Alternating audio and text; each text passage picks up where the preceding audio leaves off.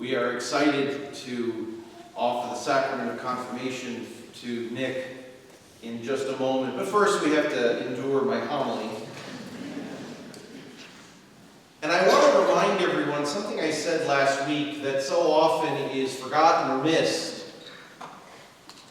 The season of Advent is not just about preparing for Christmas.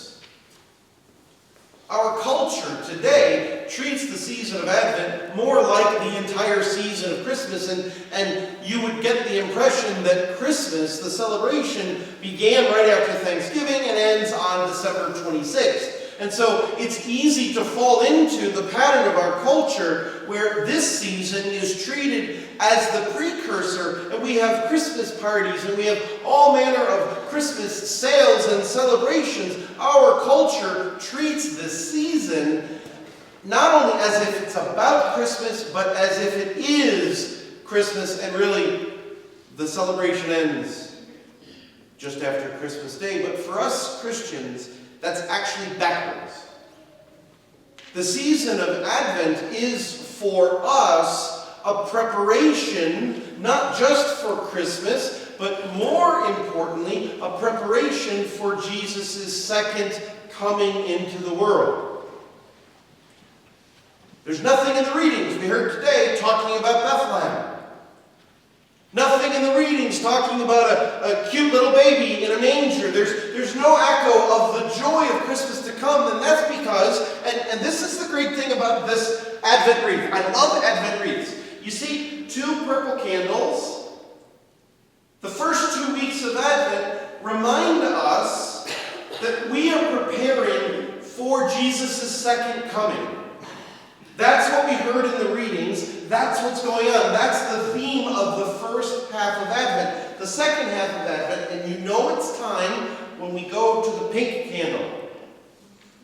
When we light the pink candle, pink being a symbol of joy and hope, that's the moment that the season changes its focus and theme, and we begin to prepare for Christmas. But we're not there yet. We're a week away. We've got one more week to reflect on and to prepare for Jesus' second coming into the world. Advent is about preparing for Christ's coming. The first half is the coming yet to happen, his second coming. The second half is to prepare to celebrate his first coming into the world, to prepare for Christmas. And as St. Paul often does, he can take some of the most complex and involved theological ideas and condense them down to precious few words. And so what I thought I would do this morning is just review those words from the opening chapter of Paul's letter to the Philippians so that you can understand what he's saying. Because I think he is telling us how to prepare, how to live, how to believe in preparation for Jesus' second coming. What we Christians are supposed to be busy doing as we await Jesus coming back to the world. He says this. This is Philippians chapter 1, verse 9 through 11. And this is my prayer for you. Obviously, he's talking specifically about the Philippians, but I believe we could echo these words for us today. This is his prayer for us today. That your love may overflow more and more. Obviously, anyone, it says in the letter of St. John, anyone who loves is of God because God is love. And so the challenge here is love, not the fluffy romantic nonsense of Lifetime Christmas movies, not that kind of drivel. No, the love of self-sacrifice. The love where we prioritize the good and the needs of others over and above our own sentiments. That's the love he's talking about here. The love that looks like the cross of Christ, not a romantic movie. That you may love more and more with knowledge and full insight. One of the great gifts of the Holy Spirit is wisdom. Another of the great gifts of the Holy Spirit is knowledge.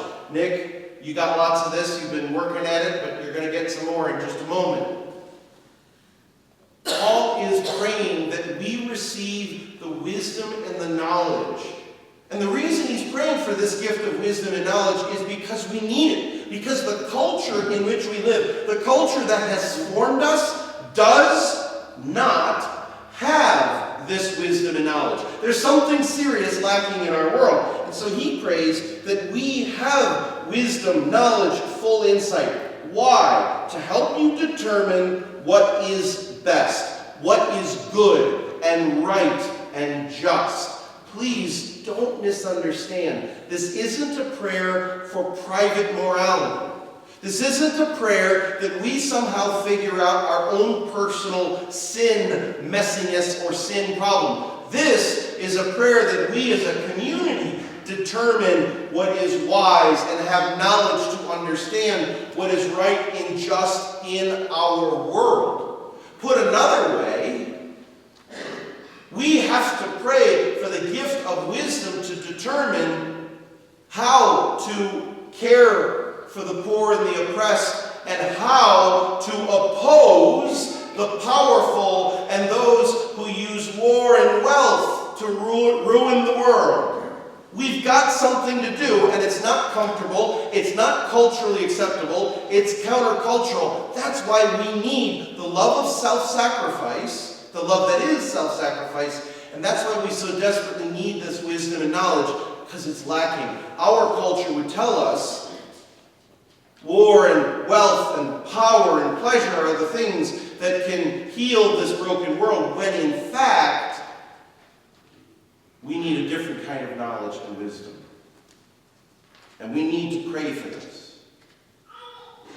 So that you may determine what is best for the day of the coming of Christ, and you may be pure and blameless. Let's not fall into the trap of believing that the culture has it figured out, that the hollow insights of our larger culture is the correct path. God has given to us a different vision for how this world should work. Again, please don't misunderstand. When we read these words, this is not about personal, private morality. This is how we as a community, as a church of almost 2 billion people, Christians in the world, should be busy reshaping the world.